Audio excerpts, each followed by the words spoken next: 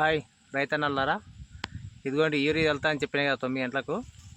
Urea సాప్ powder 3G గుళికలు mixing చేసి నార్మల్గా చల్లుకోవాలి.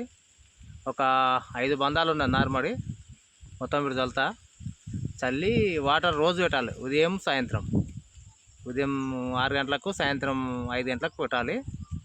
పెట్టి ఒక వారం రోజులు కంటిన్యూ నాటేసే వరకు కంటిన్యూ పెడుతుండాలి.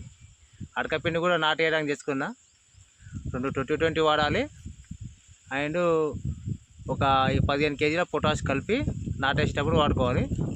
ప్లస్ జింకు 2 ప్యాకెట్లు 10 కేజీలవి, ఏదైనా సరే కంపెనీ ఏదైనా అనుకోకు, 10 కేజీల ప్యాకెట్ 2 ప్యాకెట్లు మడి ఏంటంటే చల్లుకోవాలి.